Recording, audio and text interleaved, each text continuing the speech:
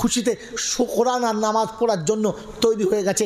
ভিতরে গিয়ে নামাজের নিয়ত বেঁধেছে। ওমর তাকিয়ে দেখে ঝুপড়ির ভেতরে নামাজ, গিয়ে পেছনের জামাটা ধরে টেনে ভাগে বার করলেন। সাহাবীরা অবাক, কলমা পড়তে পড়তেই বেয়াদবি, কলমা পড়তে পড়তেই বেয়াদবি। রাসূলের সঙ্গে বললেন, ইয়া রাসূলুল্লাহ হাবিবাল্লাহ, আমাকে বেয়াদবি মাফ করে দেবেন, এখানে কি করছেন?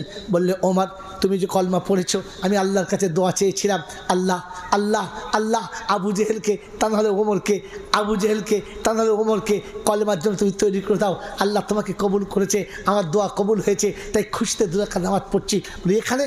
বললে, ওমর তো জাতির মানুষরা আমি কাবার কাছে নামাজ পড়বো পড়তে দেয় নাই, গোলাতে ফাঁস দিয়ে দিয়েছে, বন্ধ করে দিয়েছে, মনে হচ্ছে নিঃশ্বাস বন্ধ হয়ে মরে যাবো। কখনো নামাজ পড়তে গেছি, উটের পচা ভুঁড়ি চাপিয়ে দিয়েছে, ভেতরে ছটফট ছটফট করছি। কে যেন ছুটে এসে ফাতেমাকে বলেছে, ফাতেমা তোর আব্বা মনে হয় মারা গেছে, এতক্ষণ কাবার কাছে গিয়ে দেখ উটের ভুঁড়ির তলায় পড়ে আছে। আমার ছোট্ট বাচ্চা মেয়ে ফাতেমা ছুটে গিয়ে আব্বা বলে শুয়ে পড়েছে, পচা ভুঁড়ি টেনে তুলেছে। আমি রাসূল, আমার তখন চোখ লাল হয়ে গেছে, নিঃশ্বাস বন্ধ এসেছে।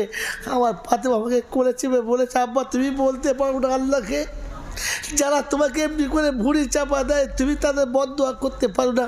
আমি ফাতেমাকে কোলে নিয়ে চুমো খেয়ে উঠে এসে বলেছি, ফাতেমা আমার উম্মতের জন্য বদদোয়া চাস না, আমি বদদোয়া চাইছি না, চলে এসেছি। ওমর আমি নামাজে গেছি, আমার ঘাড়ের উপরে পা তুলে দিয়ে চেপে নিঃশ্বাস বন্ধ করে দিয়েছে, তাই নামাজ পড়তে পারি নাই। ওমর ফারুক বলেন, ইয়া রাসূলুল্লাহ হাবিবাল্লাহ, কোথায় নামাজ পড়লে খুশি বলেন? বলে আমি তো চাচ্ছিলাম আমার দাদুর বানানো ঘর কাবার ভিতরে নামাজ পড়বো। বললেন এখনই চলুন, দেরি না, এখনই চলুন। আল ফারুকু বাইনাল হাক্কি ওয়াল বাতিল, হক আর বাতিলের তফাৎ এখনই হবে, দেরি না, সেকেন্ড হবে, মোটেই দেরি না, চলুন। ওমর ফারুক সামনে চলেছেন, তরবারির গোলাতে ঝুলানো রয়েছে। ডান দিকে আবু বকর সিদ্দিক, বাঁদিকে উসমানে গনি, পিছনে রয়েছেন হযরত আলী।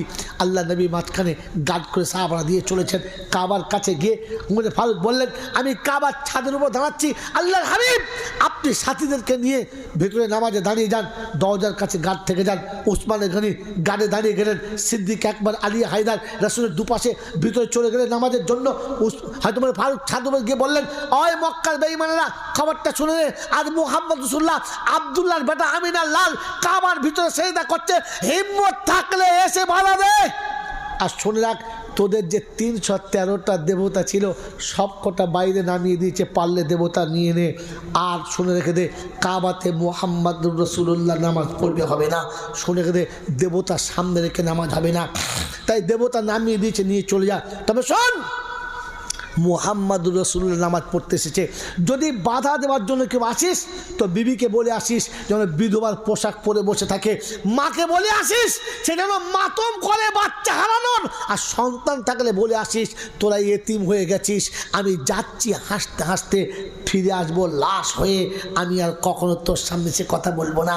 বাচ্চাকে বলবি এতিম হতে, বিবিকে বলবি বিধবা হতে, মাকে বলবি সন্তান হারাতে, আর ভেবে আসবি কাপড় সাথে নিয়ে, কারণ মরার পরে লাশটা ভাগাড়ে ফেলে দেবো, কাপড়ে দেবো না। তাই শুনে রেখে দে, আমি ওমর কলমা পড়েছি, আশহাদু আল্লা ইলাহা ইল্লাল্লাহ ওয়া আন্না মুহাম্মাদুর রাসূলুল্লাহ।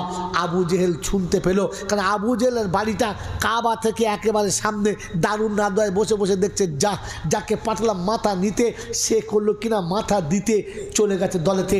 আমার বন্ধু, আমার আল্লাহওয়ালা ভাইরা, জ্ঞানীটা শুধুই মানুষরা, আমার সোনামণি মায়েরা বলে দাও, আল্লাহ পাক সূরাতুল হাবিব উম্মতের জন্য বলে দাও, লাউ কানা নাবিয়্যাম বাদি লাকানা ওমর, আমার পরে কেউ নবী হলে ওমর নবী হতো। ওমর জমিনে যেটা চায়, ওমর জমিনে যেটা চায়, আল্লাহ আসমান ওটা ফয়সালা দেয়। আমার আল্লাহওয়ালা ভাইরা, কোরআন বুঝেছে তো সঙ্গে সঙ্গে পাল্টি খেয়ে গেছে। কোরআন সারা জীবন শুনেছে, কিচ্ছু হয় নাই, যেখানে ছিল আবু জেহেল সেখানেই থেকে গেছে।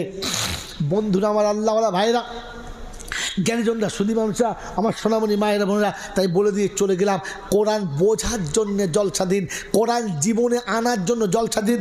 আমার জীবনে কোরআন আসবে কি করে, আমি কোরআন নিয়ে কবরে মরবো কি করে, আমি কোরআন নিয়ে কবরে শোবো কি করে, এই ফিকির নিয়ে জলসা দিন।